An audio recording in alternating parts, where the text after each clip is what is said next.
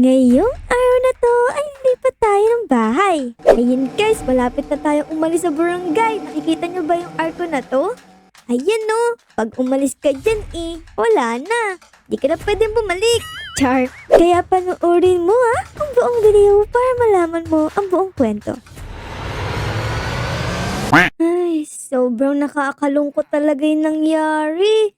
Tignan nyo guys, wala na yung ating mga gamit dito sa ating CR. Wala na tayong toilet, shower, tapos wala tayong bathtub. Ano ba naman yan? Ang tanging natira lang sa atin itong carpet. Ito nga yung pinagpupunasan natin ng paa. Pagpupunta tayong bathtub, paano tayo magbabathtub ngayon? Wala na yung ating bathtub. Ay, nakakasad talaga.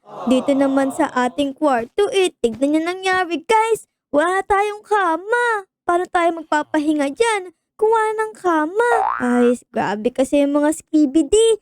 Destroy nila yung mga kama natin. Tapos, kinuha pa nila yung mga toilet. Sobrang daming nawala dito sa ating bahay. Tapos, yung mga pinto dito is nawala din. Ayan no, itong pinto sa CR wala. Itong pinto dito wala din. Feeling ko guys, time na to para umalis tayo dito sa ating barangay at lumipat na ng ibang bahay. Talagang it's time na guys na maglipat na tayo ng bahay. I think it's a yes. Andito nga yung ating backpack guys para lagyan ng ating mga gamit. So ilalagay ko na dito yung ating armor na kuha last episode. Ayan no, para meron tayong armor na dadalhin. Kukunin ko tong mga to, ilalagay ko sa ating bag. A few moments later. Ayun guys, nakikita niyo naman sa likod ko simot na yung mga nasa loob ng bahay natin. Tapos dito naman sa kwarto wala na talaga. Dahil at ang mga gamit na yan is andito na sa ating backpack. Tignan niyo guys, andito na yung sa mga kusina natin. Tapos si Iron Man suit natin. Tsaka yung mga tarang gamit doon sa ating kwarto. Tapos, eto naman yung mga ibang gamit dito sa ating chest. Dito Pero hindi ko nilagay lahat kasi hindi sila kasya dito So, ayun guys, okay na tayo. So, pwede natin kunin tong ating bag. Tapos, ilagay ito sa ating likod. Ayan. At pwede na tayong umalis dito sa barangay. Nakakasad. Ang dami nating memories na nangyari dito. Tapos ngayon, aalis na tayo. Well, ganun talaga. Para mas lalo tayong umunlad, kailangan nating umalis sa mga bagay kahit masakit. Tara na guys, alis na tayo. Ang sasakyan nga natin dito is itong si Bugatti. Pero babalikan ko tong si Armor Car kasi ang astigin niya, tignan no. Let's go, saka na tayo dito sa ating Bugatti. Ayun, tapos nga pala may aaminin ako sa inyo. Di ko pa kasi alam kung saan tayo titira Hahanap pa lang tayo ng lupang pwede natin tirhan Sige guys, tara, samahan niyo ako. Ayun guys, malapit na tayong umalis sa barangay. Nakikita niyo ba yung arko na to? Ayan no, pag umalis ka dyan wala na. Di ka na pwedeng bumalik. Char, wala na, aalis ka na dito sa barangay. Dito may paliko, so liko naman tayo dito. Let's go! Ayun, mukhang nag-uumpisa na tayong pumasok sa city. Nakikita niyo ba yan sa ating gilid? May mga building na. Tapos sa ating harapan parang may mga hotel. Ayan guys, tas liliko naman tayo dito. Yan na yan. Uy, parang dito sa kaliwa natin meron ng mga bahay Ayun guys, parang dito meron Oo, wala siyang bahay na nakalagay. Tingnan nyo sobrang linis niya wala siyang bahay. Tapos dito may nakasulat for sale, 1 million. Ang mahal, 1 million lupa pa lang. Wala pang bahay yun guys Tapos ang sabi dito is contact Sir Boss. Siya daw ang hahanapin natin pag gusto nating bilhin itong lupa. Tingnan nyo guys, ang laki din niya. Ay, ayun pala yung McDo. Malapit pa dun Tapos may parking pa dito sa gilid. Ibig sabihin, kaya natin i-parking itong Bugatti natin guys. Pwede natin i-park yung Bugatti natin Tapos, dito yung bahay natin. Ay, gusto ko tong lupa na to Sige, kausapin natin si Sir Boss para malaman natin kung paano ba natin ito mabibili nang wala tayong pera. Asan kaya si Sir Boss dito? Parang wala naman tao dito sa bahay na to ah. Dito ba? Uy! Ayun, meron! Anong pangalan nito? Sir Boss House. Ooh! Okay, siya pala si Sir Boss. Ayun siya guys, Look at that. Wow, parang ang yaman nga niya kasi meron siyang relo. Nakikita niyo yun? Meron pa siyang relo. Tapos tayo wala. Meron lang tayong bag na kulay brown na aesthetic. Tara guys, katok na tayo. Tara. Tao po, Sir Boss. Pasok na, Iha. Pasok na. Uy, pasok na daw tayo guys. Tara. Pasok tayo. Ayun siya guys. Grabe, nakakatakot kasi parang mayaman siya. Tayo wala tayong kapera-pera. Hello po sir. Baguhan lang po kasi ako dito. Nakita ko po yung bakanting lote doon sa harapan nyo. Bala ko po sanang bilhin kaso nga lang wala akong pera. Meron po ba kayong ibang way para mabili yung bakanting lote nyo? Ay naku, Ining. Mahal talaga ang lupain dito. Kung wala kang pera, wala ka talagang pag-asang makatira sa ganitong lugar. Ay grabe, nireal talk tayo ni Sir Boss guys. Sige na po Sir Boss, wala po ba kayong ibang way na pwede kong gawin para makabayad sa inyo? Wala Lahat naman kasi meron ako. Ikaw mag-isip kung meron kang pwedeng i-offer sa akin na pwede kong tanggapin. Ay, naku. Wala akong alam. Guys, meron ba tayong 1 million pesos na bagay sa dati nating bahay? Ay, alam ko na.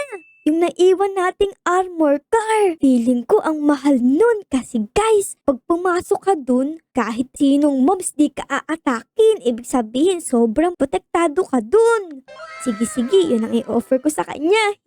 Sa boss, meron na po akong alam.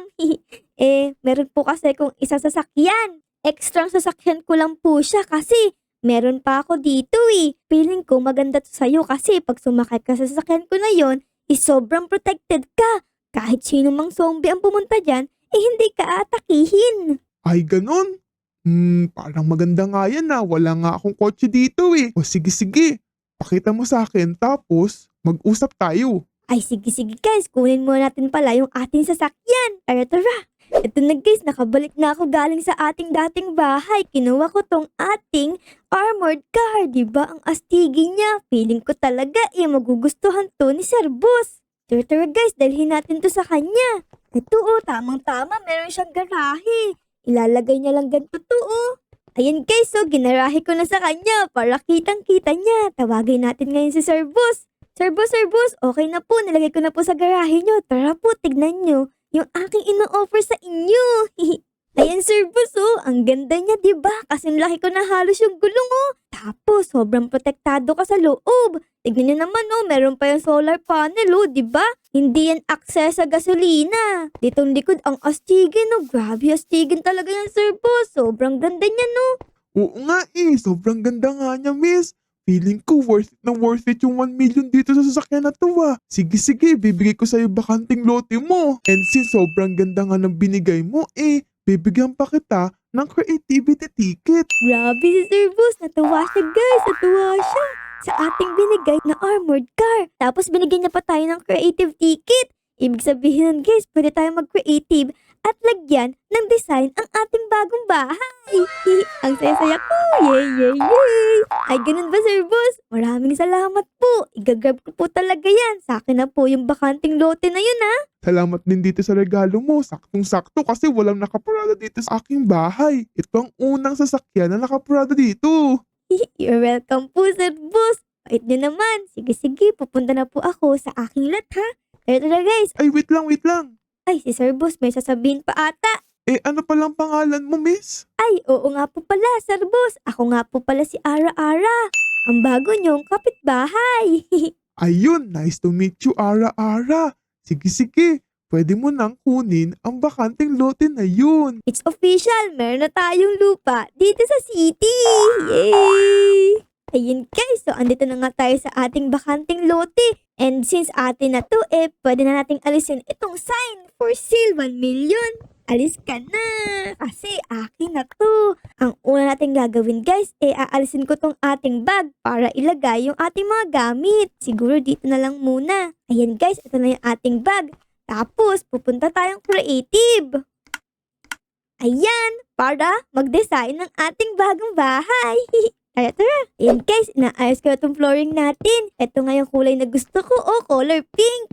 Tapos, ang susunod natin gagawin maglalagay tayo dito ng white concrete. Ayan guys, ganyan. Okay, so ito na yung magiging entrance natin, di ba? Tapos, lalagay naman natin dito is itong mga pink. Ayan ang cute ng kulay guys. Ayan, nakikita nyo na ba kung ano magiging itsura ng ating gagawin? Tapos, nag-uumpisa na akong lagyan ng bulak dito, yung sa gilid. Tapos, dito pa sa taas, ganyan. Ayan na guys, medyo nabubuo na yung ating bahay. Yung ating cute na bahay.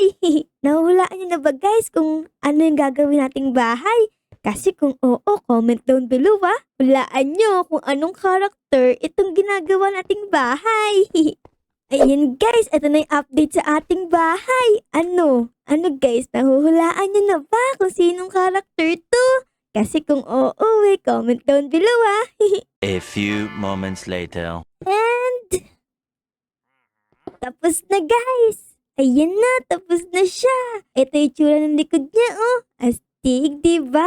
And nahulaan nyo ba kung sino to? Sabihin nyo na kung sino. Dali, dali.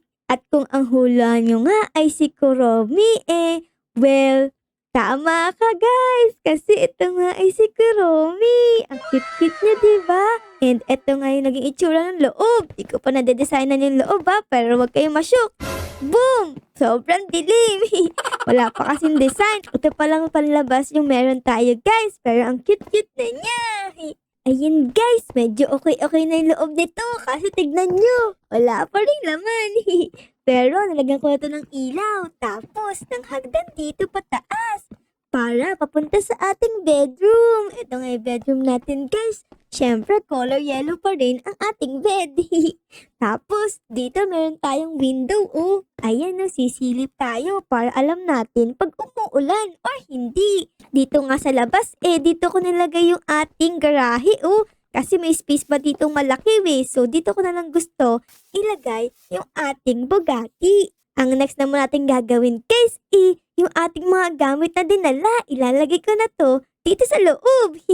Andito nga lahat sila sa ating bago, diba? Tara guys, lagay na natin to. A few moments later. Hello guys! I'm back! So, kompleto na nga itong ating bahay guys.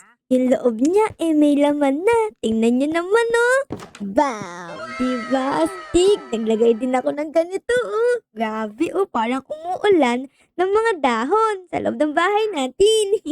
Tapos, andito na yung ating mga cabinet. Yung ref, tapos itong sink, pati itong laptop namin, pati itong si Iron Man guys ay nakabalik na sa bahay natin. Tapos sa taas naman andito na ulit si Teddy. Tingnan nyo Teddy ang cute niya. Tapos yung mga books natin, tsaka yung ating backpack. Pero yung ibang gamit natin guys, andito pa sa backpack diba? Tapos, ito yung ating bed. Look at this. Color yellow, syempre. So, ayun guys. Kompleto na natin ang ating bagong bahay, Dito na muna matapos ang ating episode, everyone. Maraming salamat po sa panonood. At syempre, bago matapos ang episode, is baka naman po pwedeng pa-like, pa-subscribe, at pa-comment na din po ng favorites ninyo na nangyari dito sa episode na to. So, ayun lang guys. Maraming salamat po sa panonood. Aura loves you all. And Kuromi. Bye-bye, guys!